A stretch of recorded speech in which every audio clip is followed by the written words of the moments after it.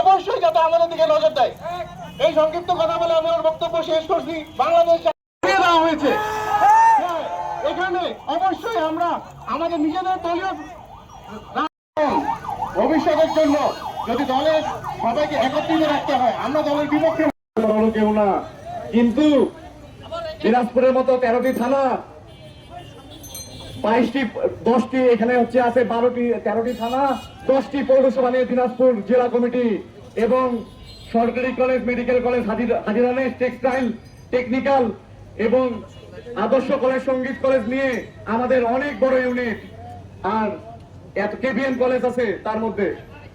এবং আমার সেই দাবিটি হলো, গত 2 তারিখে ছাত্র দলের যে কমিটি হয়েছে, সেই কমিটিতে যাদেরকে রাখা হয়েছে তারা কি বুকে হাত দিয়ে বলতে পারবে গত ইলেকশনে তারা ধানের শীষের পক্ষে কাজ করেছে?